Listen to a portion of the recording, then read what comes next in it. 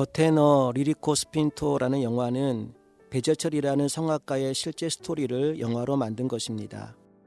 그는 워낙 많은 경연에서 우승을 차지했기에 트로피 사냥꾼이라는 별명을 가지고 있었습니다. 거기에 더하여 그에게는 테너 리리코 스핀토라는 별명이 있었는데, 여기서 리리코라는 말은 섬세하고 부드럽다는 뜻이고 스핀토라는 말은 날카롭게 관통한다는 뜻입니다. 그러니까 그의 목소리는 아주 섬세하고 부드러우면서도 날카롭게 관객들의 심장을 관통하는 천상의 목소리였다는 것입니다. 드디어 그는 아시아인 최초로 오페라 오델로의 주인공으로 발탁이 되고 성공의 가도를 달리게 됩니다. 그런데 그 중요한 시기에 목소리에 문제가 생깁니다. 연습 도중 쓰러져 응급실로 실려간 그에게 의사는 갑상선암이라는 진단을 내립니다. 결국 수술로 암세포는 제거했지만 그 과정에서 한쪽 성대가 마비되어 더 이상 노래할 수 없는 상황에 이르게 됩니다. 가수인데 더 이상 노래할 수 없는 절망적인 상황을 맞이하게 된 것입니다.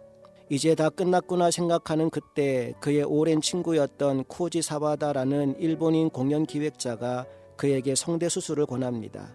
그리고 수술은 아주 성공적으로 진행이 됩니다.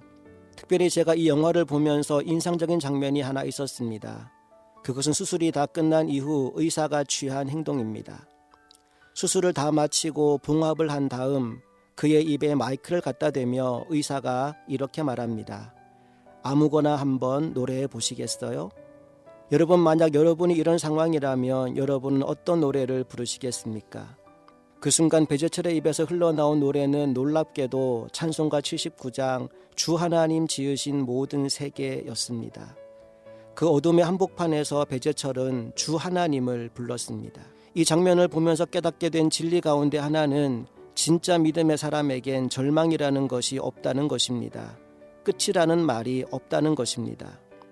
왜냐하면 하나님은 여전히 살아계시고 하나님은 여전히 우리를 사랑하시기 때문입니다.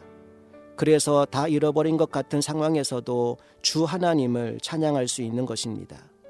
이제 배재철은 테너 가수로의 재기를 위해 새로운 도전을 시작합니다.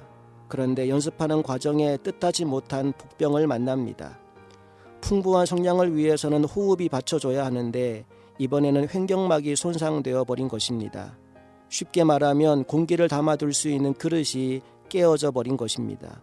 절망할 수 있는 상황이지만 그 상황에서도 배재철은 포기하지 않습니다.